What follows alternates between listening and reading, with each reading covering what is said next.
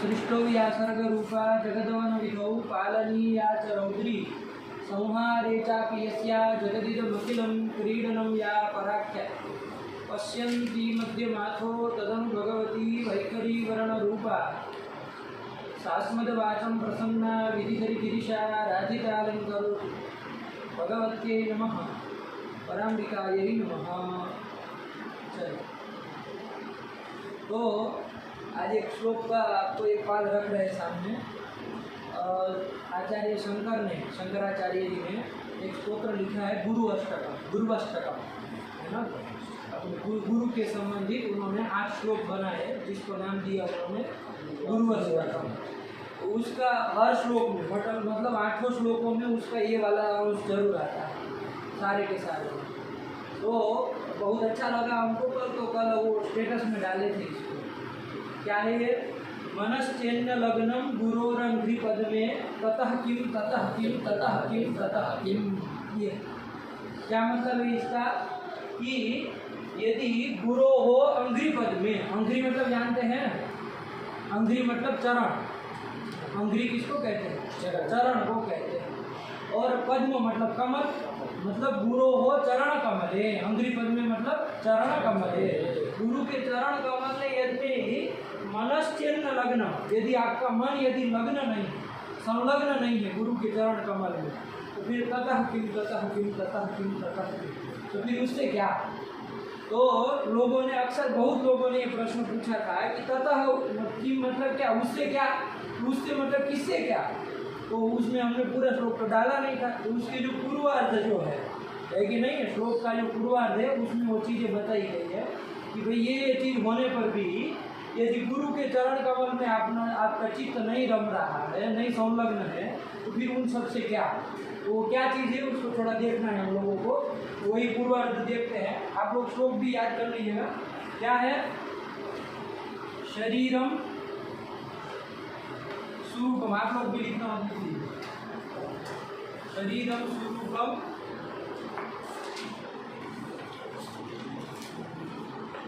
तथा वा कलत्रम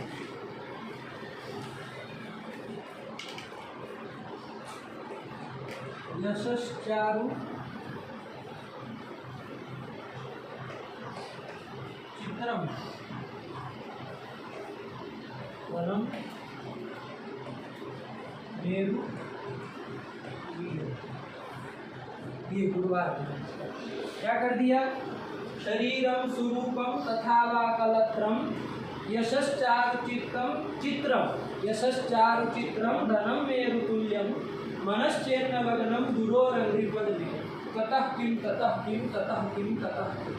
बहुत बढ़िया बात कही है, एकदम बहुत सुंदर है। कभी प्रसंग मिलेगा तो हम लोग पूरे गुरु अष्टकम को एक गुरु अष्टकम के एक श्लोक को लेकर के करते जाएंगे। लेकिन क्या कह रहे हैं, देखिए अभी ये पूर्वार्ध से आपको इसका संबंध पता चलेगा। शरीरम स्वरूपम मतलब आपके पास मान लीजिए स्वरूप शरीर है कि नहीं है, अच्छा तो वो मतलब लगवा मार गया है, ऐसा शरीर नहीं, हैंडसम है आप एकदम। शरीरम स्वरूपम मतलब अच्छा सुंदर शरीर है आपके पास। और तथा वा कलत्रम, कलत्रम किसको कहते हैं, कलत्रम मतलब पत्नी, मतलब तथा वा कलत्रम मतलब उसी तरह, मतलब आपकी पत्नी भी सुंदर है, आपको सुंदर पत्नी भी मिल गई है ना। बहुत विलक्षण चीज़ें है ये सब। आप भी सुंदर है, आपको सुंदर पत्नी भी मिल गई है, और क्या है, यशश्चारु, यश आपका यश भी फैला हुआ, आप यशस्वी भी है आपका। आप भारत मतलब पूरे भारत में, पूरे संसार में आपका यश फैला हुआ है, जहाँ जाए वहाँ आपका सम्मान हो रहा है वगैरह वगैरह, सब चीज़ें आपके पास है। यशश्चारु, चारु मतलब सुंदर, चारु मतलब सुंदर, सुंदर आपका यश मतलब सुयश आपका फैला हुआ है। और कैसे, चित्रम मतलब विचित्र, थोड़ा बहुत यश नहीं, बहुत यश फैला हुआ है। चित्र विचित्र आपका यश मतलब सारे संसार में फैला हुआ है। और आपके पास धन कितना है, धनम मेरु तुल्य, मेरु पर्वत जो है ना उतना तो आपके पास धन है। ये सब चीजें आपके पास है। क्या क्या, शरीरम स्वरूपम तथा वा कलत्रम यशश्चारु चित्रम धनम मेरु तुल्यम, मेरु पर्वत के समान धन, थोड़ा बहुत नहीं, 5, 10 हजार 20 हजार 1 लाख 1 करोड़ की बात नहीं, मेरु के तुल्य, मेरु पर्वत उतना आपके पास धन पड़ा है, ये सब चीजें होने पर भी यदि मनश्चेन लग्नम गुरोरंग्रि पद में ततः किम ततः किम ततः किम ततः, ये आचार्य शंकर ने बताया। बहुत सुंदर वो पाठ था और सब लोगों ने अक्सर एक प्रश्न पूछा कि ये ततः किम से क्या लेना, मतलब उससे क्या उससे क्या उससे क्या, यही कहना चाह रहे हैं ना। उससे क्या मतलब किससे, तो ये सब मतलब ये चीज सब चीजें आपके पास है। लेकिन यदि गुरु के, गुरु मतलब कैसे गुरु, कोई भी गुरु से नहीं है कि नहीं है, किसी भी तरह के गुरु नहीं, जिन्होंने पूर्ण ब्रह्म का, ईश्वर का जिन्होंने साक्षात्कार कर लिया, ऐसे गुरु सदगुरु के यदि चरण कमल में आपका मन नहीं लग्न हुआ, लग्न मतलब संलग्न नहीं हुआ, तो फिर इन सब चीज़ों से क्या मतलब, कोई मतलब, बेकार है सब चीज़ें, लेकिन यही बहुत सुंदर है। ऐसे 8 श्लोक उन्होंने बताए, सब चीज़ें बताते गए और अंतिम में बताया मनश्चेन लग्नम गुरोरंग्रि पद्मे ततः यही है। तो आप कहें कि अब व्याकरण का पाठ हमको चल रहा था, इससे क्या मतलब है अभी, तो देखिए हमको 2-3 उदाहरण भी दिखाए थे। आप लोगों ने पाठ लगाया कि नहीं लगाया, है कि नहीं है, पाठ लगाया, आ गया समझ में। कौन सूत्र चला अंतिम पाठ में, ये हम सूत्र देखते, समझ में आ गया ना, क्या अर्थ कर दिए इधर इसका,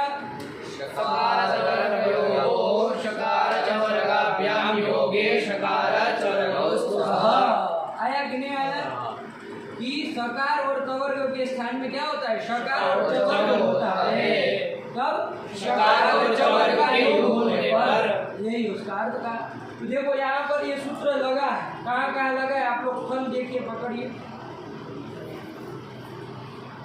यहाँ देखिए कहीं लगा है, चुत हुआ हो, यशश्चारु, देखो बाबू ये था, यशः चारु था, क्या था बाबू, यशः चारु, चारु मतलब सुंदर, यश आपका सुंदर यश है, तो यशः चारु ऐसा था। तो यहाँ पर पहले बताइए कौन सूत्र लगेगा, लगेगा ना बाबू, खर में है, खर में आते हैं ना, खप चट तो उसके परे रहते क्या हो जाएगा, विसर्जनीय से सह सूत्र के द्वारा इसको स हो गया, तो दंत यश कर दिया बाबू, तो क्या बन गया, यशस् चारु, यश था। अब आपका सूत्र लग गया कौन सा, सकार अथवा तवर्ग हो, यहाँ सकार है, तो उसको कौन होगा, वो कौन आदेश होगा इसके स्थान में, तो क्रम से करना था, तो कौन होगा, तालव्य हो जाएगा। तब लेकिन होता है स्टू का योग होने पर, स्टू मतलब तालव्य अथवा चवर का योग, चवर का योग है, तो यहाँ पर क्या हो जाएगा, इसको तालव्य हो जाएगा, तो यशश्चारु चित्तम, आया कि नहीं आया, इसको ऐसे भी लिख सकते हैं, और हमने बताया था ये सब तालव्य सब को ऐसे भी हम चढ़ा देते हैं ऊपर, लिखने का तरीका मिलता है ना इस तरह, यशश्चारु चित्तम चित्रम, आया कि नहीं आया, तो ये यहाँ पर लगे। और भी एक स्थल है, बता चलो, तो लगा कौन, मनश्चेन, इधर भी है बाबू, वही वाली प्रक्रिया है, सेम टू सेम है, मनश्चेन का बाबू, कि मन चिन्ह लग्न मतलब मन यदि लग्न संलग्न नहीं हुआ, है कि नहीं, चेत मतलब यदि आपका मन संलग्न नहीं हुआ तो कोई मतलब नहीं। यहाँ पर देखिए मन चेन में, यहाँ पर भी मन के यहाँ पर खर परे रहते क्या हो जाएगा, विसर्जनीय से क्या हो जाएगा, यहाँ क्या बन जाता, मनस चेन, ये बन जाता। अब कौन लग गया बाबू, लग जाएगा कि नहीं लग जाएगा, ये क्या कर देगा, यहाँ पर इसको तालव्य कर देगा, यही कर देगा, मनस्टेष्टु का योग यही आया कि नहीं आया। तो इस तरह से कोई भी मतलब श्लोक आए तो आप लोग ध्यान दीजिए, है कि नहीं है, कि हमने जो सूत्र पढ़े उसमें से कौन कौन लगे हैं, ये ध्यान नहीं देंगे तो फिर कौन मतलब है सब श्लोकों में, इसलिए ये श्लोक भी आज इसलिए लिखे ताकि ऐसी आदत आपकी डाल।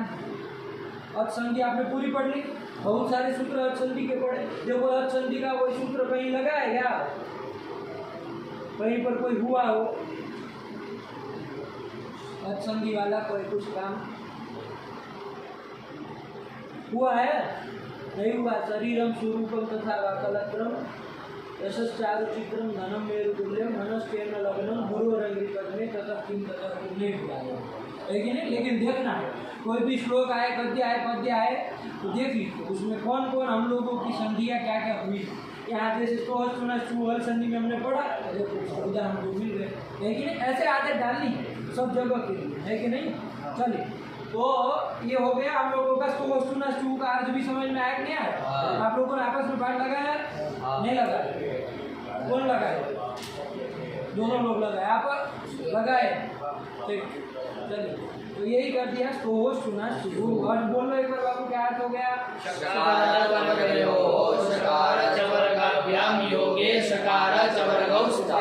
ये हल संधि हम लोगों की चालू हो गए, ध्यान देना है ना, अलाम संधि है, हल संधि। उदाहरण भी उसके समझ में आ गए ना, कोई दिक्कत नहीं है इसमें। चलो, इसके बाद ये सूत्र और देख लिया, कौन? शात। ये निषेध सूत्र है। कैसा सूत्र है? निषेध सूत्र। तो सुना सू जो चुत्व करता है ना, तो ये कहता है कि भाई कवर्ग से चुत्व न, कवर्ग को चुत्व नहीं होता, लेकिन कब? मतलब स से चालव्य सकार से पर में यदि कवर्ग आएगा तो उसको चुत्व मतलब चवर्ग नहीं होगा। एक ने आए, उसके उदाहरण भी देख लिए हम लोगों ने। क्या उदाहरण दिए? ये सब उसके उदाहरण थे, देखे नहीं देखे? चलिए, तुमने लगाया किसी के साथ पाठ?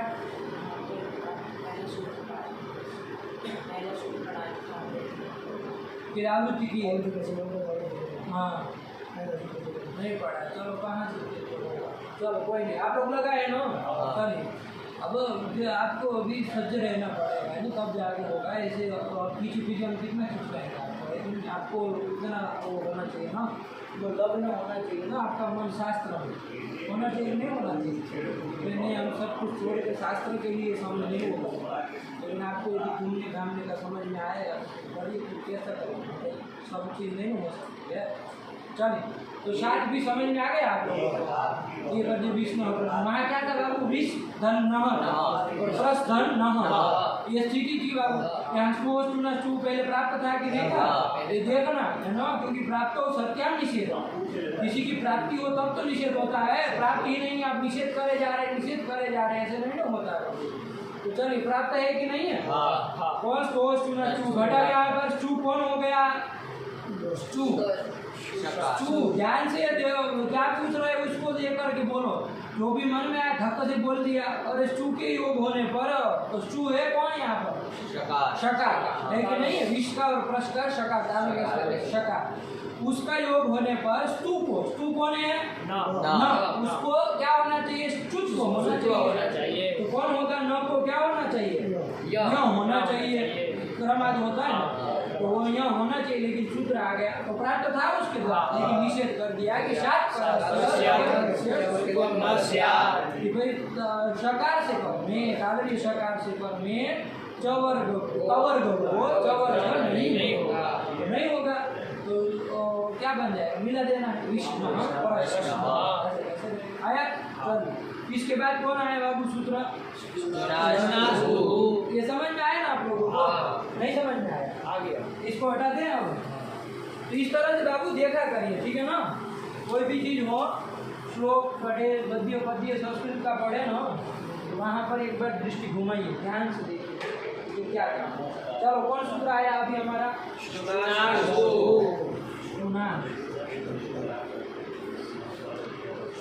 सरल है बाबू, उसी की तरह है। सुना शू कहाँ का है? अवस्था जी बाबू कितना? 41वां। ये 41 4 1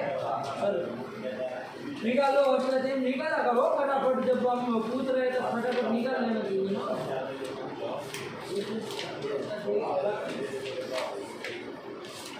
8 4 41 निकालो। सुना आया कि नहीं आया? सरल है। उसके ऊपर कौन सूत्र है? सुना वही सूत्र है, उसी की बात जस्ट है। ये सुना क्या है? कितने पौधे पहले देख लेते बाबू। सुना टू शब्द है बाबू। कैसा शब्द है? टू शब्द है। टू का स्टूना कहाँ बन जाए? गुरु का गुरु ना बनता है ना, वैसे टू का स्टूना कहाँ बन जाएगा? तृतीया एक वचन में बन जाएगा ना। तृतीया एक वचन स्टूना हो गया ना, सरल है। और स्टू तो जानते ही है, और स्टू का स्टू कहाँ बन जाएगा? गुरु का गुरु बनता है ना। प्रथमा एक वचन का उसी की तरह है बाबू। स्टो स्टूना स्टू की तरह क्या कह रहा है स्टूना, तो स्टूना में तृतीया की मतलब क्या आ जाएगा स्टूना योगे, स्टू के योग में। स्टू मतलब कौन कौन है बाबू, एक तो है शकार मूर्धन्य शकार और टू मतलब उदित है ना बाबू, ये अनुदित सवर्ण से चार ये क्या कहेगा कि जो उदित होता है वो अपने सवर्ण तो सवर्णियों का बोध करे। टू से किसको किसको समझा जाएगा, क्योंकि सवर्ण यही होते हैं सब। तो ये मतलब मूर्धन्य शकार अथवा टू मतलब टवर्ग का योग होने पर क्या होता है, मूर्धन्य शकार अथवा टवर्ग होता है। किसके स्थान में होता है, षष्ठ्यंत कोई पद नहीं ना कहा, किसके स्थान में होता है कहा कुछ नहीं कहा, तो वो षष्ठ्यंत पद नहीं कहा तो किसी के स्थान में होगा, तो किसके स्थान में होगा तो ऊपर से देखेंगे हम, ऊपर षष्ठ्यंत पद है कोई, अरे अष्टाध्याय में इसके ऊपर वाला सूत्र देखिए, यहाँ लघु सिद्धांत में देखने थोड़ी नहीं होगा, रिजल्ट साथ मिलेगा, वहाँ कहाँ तो हो ये मिल जाएगा, तो वो तो हो की अनुवृत्ति आ जाएगी बाबू, क्या आ जाएगी तो हो, ये षष्ठी विभक्ति की अनुवृत्ति आ जाएगी। अब अर्थ आप सीधे से कर लेंगे कि नहीं कर लेंगे, कि शकार टवर्ग अभ्याम योगे मतलब मूर्धन्य शकार अथवा टवर्ग का योग होने पर स्तोहो स्थाने स्तुः स्यात्, कि सकार और टवर्ग को क्या होगा जाएगा, शकार और टवर्ग हो जाएगा। सीधा सरल साथ है, देखो क्या लिखा है वरदाचार्य ने, शॉर्ट में लिख दिए बाबू, कुछ नहीं है कि नहीं है। स्तोहो स्तुना योगे स्तुः स्यात् मतलब स्तु के स्थान में, स्तु के स्थान में स्तु होता है, कब स्तु का योग होने पर, सीधे सरल का अर्थ है कि नहीं है, यही है इसका मतलब। देख लो किसके स्थान में होता है बाबू, स्तु के स्थान में होता है। स्तु मतलब कौन कौन है, स और तू मतलब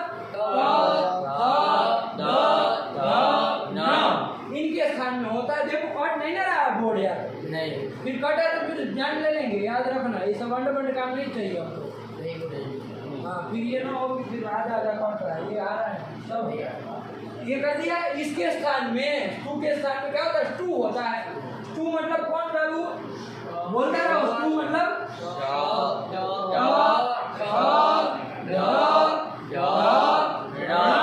ये सब होते हैं।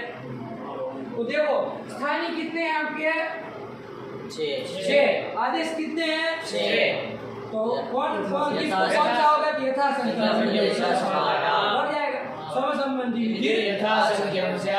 मतलब ये दंग ये होगा तो उसको कौन होगा, तो होगा तो उसको कौन होगा, थ होगा तो उसको कौन होगा, ड होगा तो उसको कौन होगा, और ध होगा तो उसको कौन होगा, और न होगा तो उसको क्या हो जाएगा, ण हो जाएगा।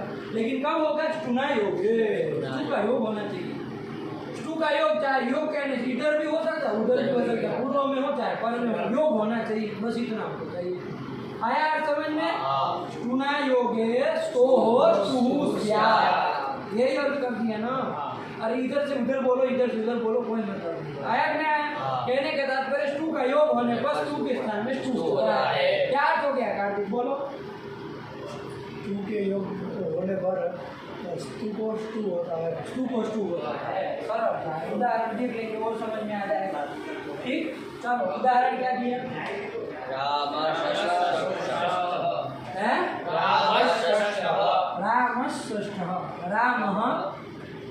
षष्ठ मतलब क्या होता है, प्रथम मतलब क्या होता है, पहला, द्वितीय मतलब दूसरा, तृतीय मतलब तीसरा, चतुर्थ मतलब चौथा, पंचम मतलब पांचवा, षष्ठ मतलब छठा, तो फिर षष्ठ मतलब छठा।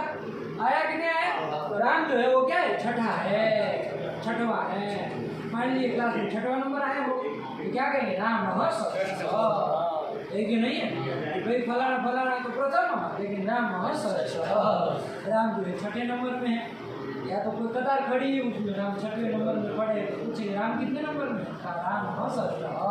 आया कि नहीं आया, तो राम षष्ठ है, ये राम छठवा है, यही उसका मतलब हुआ। अब देखो कौन सूत्र लग जाएगा, पहले बताओ आपको, राम षष्ठ हमें, अरे आप लोगों को दिमाग दिमाग में चढ़ गया विसर्जनीय से स लगेगा हैं? विसर्ग को दंत्य स होता है, होगा कि नहीं होगा? क्या पूछ रहे हैं? क्या?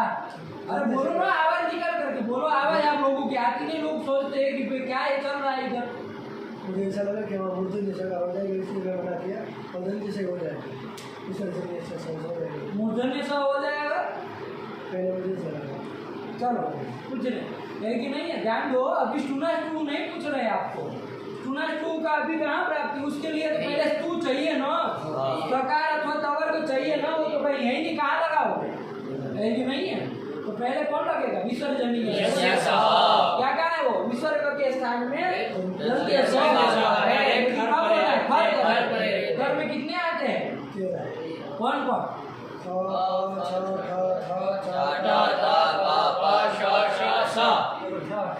ये आता है ना, इसके परे रहते हैं, इसको दंत्य स कर दो तो क्या हो जाएगा? ये बन गया कि बन गया? अब बताओ, स्टोस टूना स्टू यहाँ लगेगा क्या? बताओ जरा। स्टोस टूना स्टू भी क्या करता है? स्टू को स्टू करता है ना। तो यहाँ पर स्टोस टूना स्टू इस को स्टूत्व करेगा? क्यों नहीं करेगा? क्योंकि च का योग नहीं, स्टू का योग होना चाहिए ना। स्टू का मतलब शकार और चवर्ग का, तालव्य शकार अथवा चवर्ग का, तो कोई योग नहीं, वो तो नहीं लगता ना, उसकी प्राप्ति ही नहीं। लेकिन सूत्र अभी कौन देखा हम लोगों ने? क्या कहा है? स्टूना योगे स्तोहो स्थाने स्तुतो स्यात्। तो देखो स्टू का योग होने पर तो ये स्टू का योग है कि नहीं है? मूर्धन्य स का योग हो गया है। तो यहाँ पर ये जो स्टू है दंत्य स है, उसको क्या हो जाएगा? यथाक्रम से करना, तो स्टू स को कौन हो जाएगा? हो जाएगा। तो क्या बन जाएगा? बन जाएगा ना बाबू,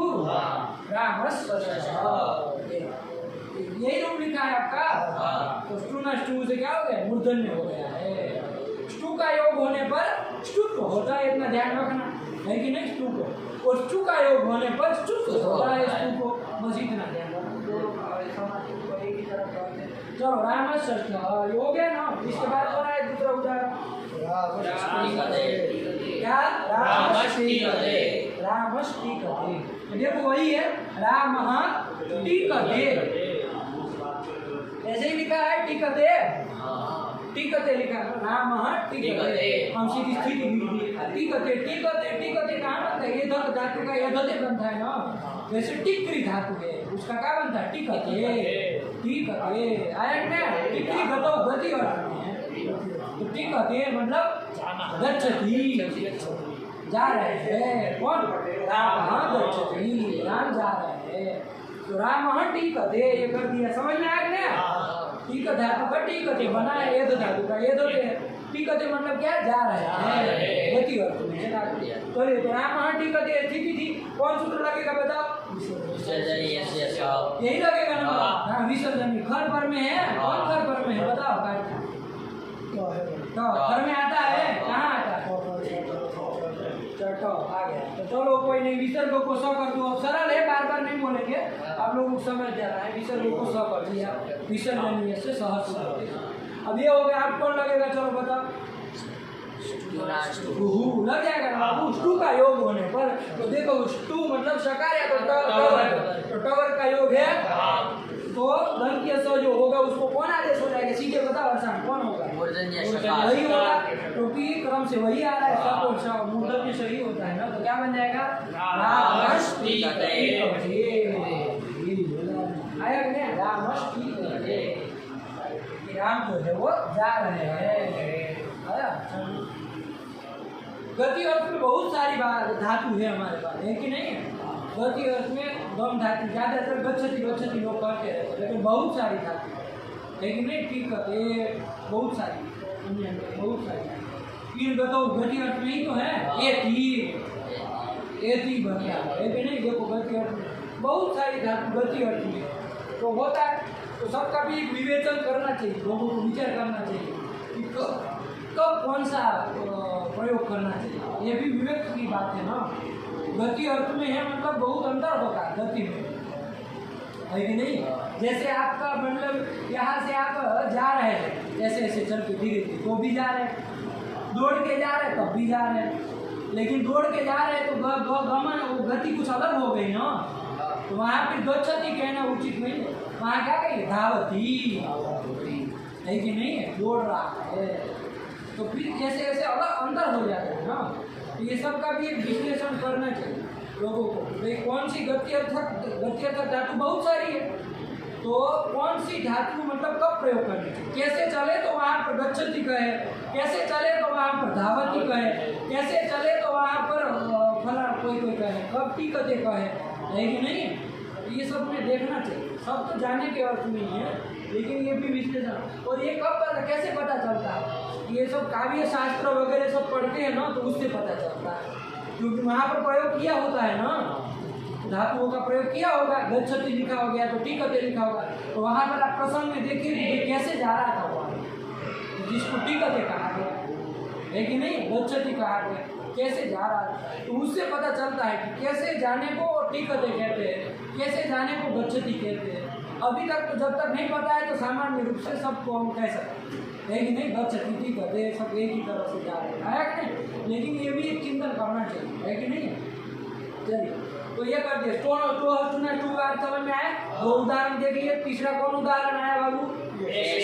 पेश क्या देखो सरल है बाबू, पेश धन ता, सीधे कर दे रहा है, कोई लंबा चौड़ी प्रक्रिया नहीं करनी है। पेश धन ता, ये स्थिति थी, है कि नहीं है? यहाँ देखो टू लगेगा नहीं लगेगा? पेश धन ता, टू का योग होने पर, और योग इधर भी हो, पूर्व में भी हो, पर में भी हो, तृतीया की है ना बाबू, तृतीया से ये पर पूर्व स्पर से मतलब नहीं, कहीं पर भी योग होना चाहिए, पूर्व में हो चाहे पर में हो, आया कि नहीं आया? तो देखो टू का योग होने पर तो इसका योग है मूर्धन्य ष का, तो क्या होता है? स्तु हो, स्तु में यहाँ कौन है? त है, उसको क्या हो जाएगा? स्तु हो जाएगा, स्तु में से कौन सा होगा? ट होगा, तो पेश टा, यही बन जाएगा। आया कि नहीं आया? पीसने वाला, पेषण वाला, पीसता है ना, पीसने वाला, पीसता है ना लोग, उसको गेहूं को पीसते हैं, वो पीसते हैं ना सब, तो वो गेहूं को पीसने वाला चाहे किसी को पीसने वाला होगा उसको क्या कहेंगे हम? पेशा। आया कि नहीं आया? और लिखा है उसका कुछ 2 नंबर क्या लिखा? चूर्णकार।